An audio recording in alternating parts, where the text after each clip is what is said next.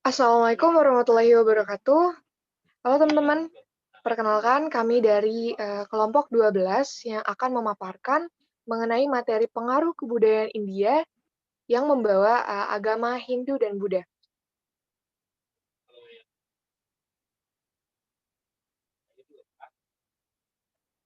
Nah, dari kelompok 12 ini kami beranggotakan saya sendiri, Aulia Rahmasyadila, dan salah satu teman saya, Ken Muhammad Algani. Untuk pematerian pertama, kepada Ken Muhammad Algani, saya persilahkan. Oke, terima kasih. Yang pertama, budaya India.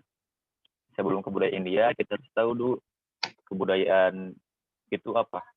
Kebudayaan menurut Ki Hajar Dewantara secara etimologi berasal dari batasan Kerta, yakni budi yang berarti akal, dan daya yang berarti kemampuan. Nah, bila diartikan, manusia harus memiliki kemampuan berakal sehingga membentuk kebudayaan yang dilahirkan oleh budaya. Budaya dan kebudayaan hanya memiliki perbedaan istilah. Oleh karenanya, kebudayaan merupakan kompleks gagasan, perilaku, dan hasil karya manusia untuk memenuhi kebutuhannya yang didapatkan dengan belajar secara terus-menerus. Langsung ke kebudayaan India. Nah, kebudayaan India tidak terlepas dari pengaruh agamanya, yaitu Hindu-Buddha, yang berkembang di lembah Sungai Indus sekitar 2000 tahun sebelum Masehi. Nah, agama Hindu berkembang beberapa waktu kemudian di India lahir pula budaya dan agama Hindu-Buddha. Dengan pengaruh dari agama Hindu-Buddha tersebut, zaman yang terus berkembang, hal tersebut berdampak bagi kebudayaan masyarakat India. Sehingga banyak melahirkan kuil-kuil megah bernilai seni tinggi, serta kitab yang memiliki nilai sastra tinggi. Nah, hal tersebut membuat kebudayaan Hindu-Buddha terus menyebar seluruh penjuru dunia, tak terkecuali Indonesia. Oke, lanjut dari Aul.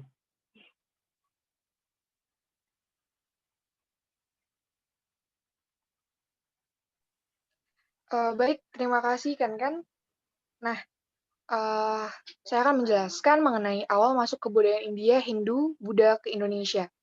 Nah, seperti yang kita tahu ya teman-teman, bahwa Indonesia sendiri memiliki letak geografis yang sangat strategis gitu untuk berdagang.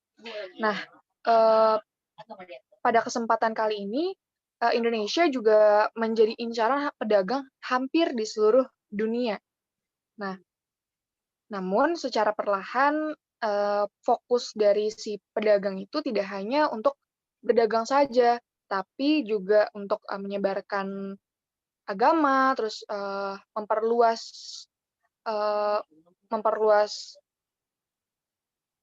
daerahnya, dan masih banyak lagi. Nah, untuk kebudayaan India sendiri itu memiliki berbagai macam teori, teman-teman. Nah, ada teori tentang, mohon maaf, ada teori yang menganut Brahmana. Jadi, seseorang berpendapat bahwa kaum pertama yang mohon maaf, jadi ada seseorang yang beranggapan bahwa orang India yang pertama kali menghampiri Indonesia adalah seorang India yang berdasarkan kasta Brahmana. Seperti itu. Lalu juga ada awal masuknya yaitu teori kesatria, yang dimana Van de Bosch berpendapat bahwa yang pertama kali memasuki Indonesia dari kebudayaan India adalah seseorang yang berkasta kesatria. Begitu seterusnya sampai teori Waisya, teori Sudra, dan teori arus balik. Namun, yang berbeda dari teori arus balik adalah teori arus balik ini berpendapat bahwa seseorang India yang masuk Indonesia itu bukan dari pedagang maupun orang-orang dari Indianya langsung, tetapi seseorang yang mereka bertukar pelajar seperti itu. Jadi seseorang yang belajar di India, lalu kembali lagi ke Indonesia dan menyebarkan kebudayaan India. Lanjut, Kak Ken. Oke, langsung ke materi yang ketiga, yaitu pengaruh kebudayaan India di Indonesia. Seperti yang kita tahu, Hindu-Buddha yang terdapat di Indonesia dapat ditemui dari peninggalan-peninggalannya di seluruh pulau di Indonesia. Nah, peninggalan itu dapat berupa candi, prasasti, maupun peninggalan yang lainnya. Nah, terdapat beberapa kebudayaan Hindu-Buddha yang telah mempengaruhi atau berpengaruh dalam beberapa aspek atau bidang untuk Indonesia. Yakni diantaranya yang pertama, bidang kepercayaan agama. Sebelum hadirnya kebudayaan Hindu-Buddha, di Indonesia itu erat sekali kaitannya dengan kepercayaan animisme dan dinamisme. Nah, lalu dengan masuknya Hindu-Buddha, terjadilah alkulturasi atau percampuran budaya dari animisme dan dinamisme dengan budaya Hindu-Buddha yang dibawa oleh bangsa India. Nah, itulah sebabnya ketika Hindu di Bali melaksanakan Hari Raya Nyepi, masyarakat Hindu di India tidak melaksanakannya. Lalu yang kedua, ada di bidang bahasa. Ya. Dari segi bahasa, peninggalan yang dapat terlihat adalah adanya bahasa Sanskerta yang terdapat di candi-candi, di prasasti-prasasti yang ditemukan. Nah, bahasa Sanskerta cukup memberi banyak sumbangsih kata pada bahasa Indonesia.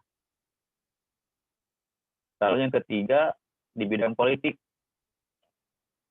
Nah, akulturasi bangsa India yang datang ke Indonesia tentunya memberikan pengaruh terhadap bidang politik di Indonesia.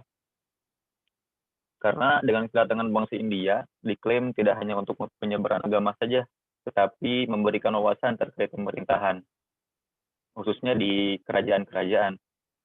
Pada saat sebelum datangnya kebudayaan Hindu-Buddha, masyarakat di Indonesia hanya memiliki sistem kepala suku. Namun setelah datangnya kebudayaan Hindu-Buddha mengerjakan wawasan hierarki kerajaan, sehingga pada akhirnya banyak berdiri kerajaan Hindu dan Buddha yang masyhur dan terkenal. Lalu yang keempat, ada bidang sosial. Ya, dalam bidang ini terjadi beberapa perubahan dalam kehidupan sosial di masyarakat.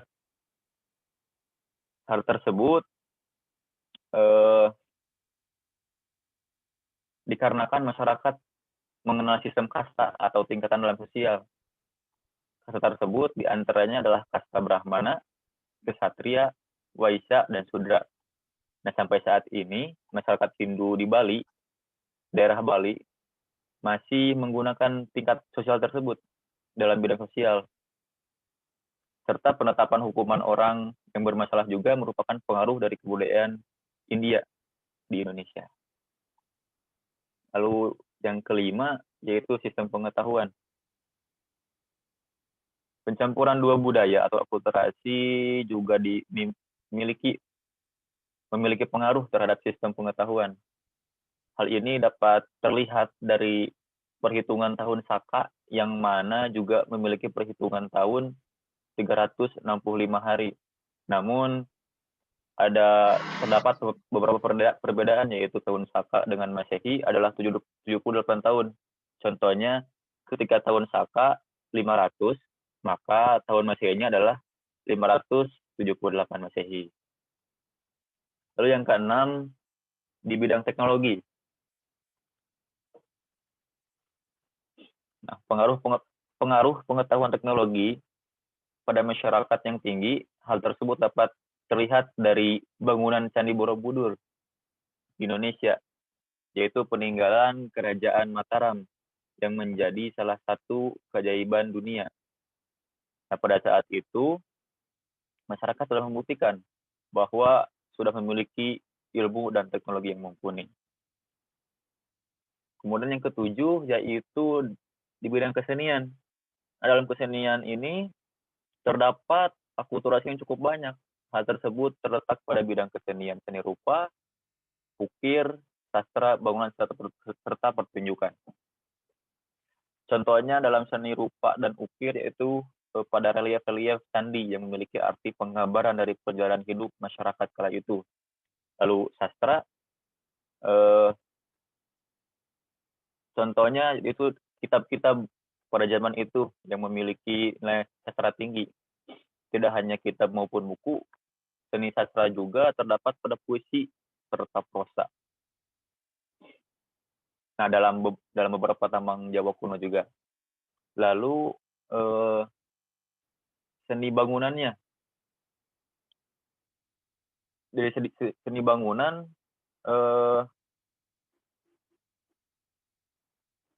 yakni terlihat dari adanya banyak candi yang tersebar di Indonesia. Pembangunan candi adalah bangunan-bangunan pundak berundak yang berubah sejak datangnya kebudayaan Hindu-Buddha. Lalu dalam seni pertunjukan yaitu wayang yang sudah terkenal sampai mancanegara, yaitu salah satu akulturasi dari budaya Indonesia dan kebudayaan Hindu-Buddha. Hal tersebut dikarenakan banyak cerita yang diangkut dalam pewayangan adalah kisah-kisah yang berasal dari kebudayaan India. Nah, lalu yang ke-8 yaitu bidang ekonomi. Peninggalan kebudayaan India pada bidang ekonomi tidak cukup banyak. Dapat dikatakan dikarenakan fokus utama bangsa India datang ke Indonesia itu bukan untuk berdagang, melainkan untuk menyebarkan agama Hindu-Buddha ke Indonesia yang memiliki daerah strategis. Namun dikarenakan bangsa India memiliki etos kerja yang tinggi, banyak masyarakat yang meniru cara mereka berdagang. Oke, lanjut ke materi yang keempat, Aul.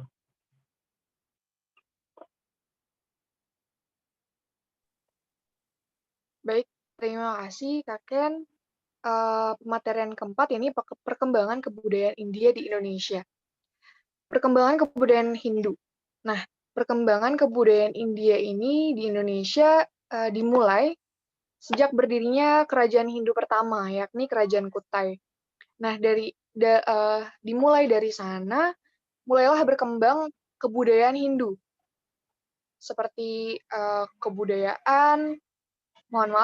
seperti kebudayaan agama, lalu tradisi, dan berbagai macamnya. Lalu juga setelah kebudayaan India itu datang, tidak hanya perkembangan kebudayaan Hindu saja, tetapi juga perkembangan kebudayaan Buddha, karena dua agama tersebut yang dibawa oleh kebudayaan India. Nah, untuk perkembangan kebudayaan Buddha dimulai saat berdirinya kerajaan Buddha di Indonesia, yaitu Kerajaan Sriwijaya, yang menjadi pusat perkembangan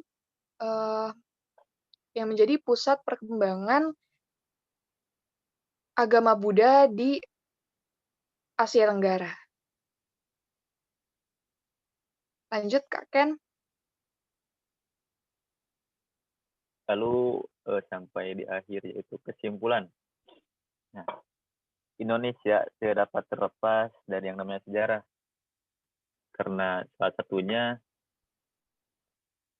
adalah sejarah masuknya kebudayaan India, yaitu agama Hindu-Buddha yang memiliki peran dalam perkembangan di Indonesia. Kebudayaan India juga memiliki pengaruh yang besar terhadap bangsa Indonesia, dimulai dari pengaruhnya terhadap bidang kepercayaan agama, teknologi, dan lain sebagainya. Indonesia memiliki Pulau Dewata, Bali, yang menjadi pusat dari kebudayaan serta agama Hindu yang terkenal hingga ke mancanegara. Oke, lanjut. Oke, baik. Nah, metode pembelajaran ini metode yang bisa kita aplikasikan ketika mengajar anak SD. Nah, yang kami ketahui bahwa pengenalan pelajaran sejarah Hindu-Buddha ini dikenalkan sejak kelas 5 SD. Maka dari itu, metodenya yakni dengan menceritakan tokoh-tokoh sejarah perkembangan Hindu-Buddha dan menyebutkan tokoh-tokoh sejarah perkembangan Hindu-Buddha. Kita menceritakan, lalu si anak tersebut menyebutkan tokoh-tokoh sejarah perkembangan Hindu-Buddha. Lanjut, Kak Ken. Oke, thanks. Bila dari teman-teman semua ada yang mau tanyakan, silahkan. Nanti ditanyakan saja. Oke, Ul, langsung saja tutup, Ul.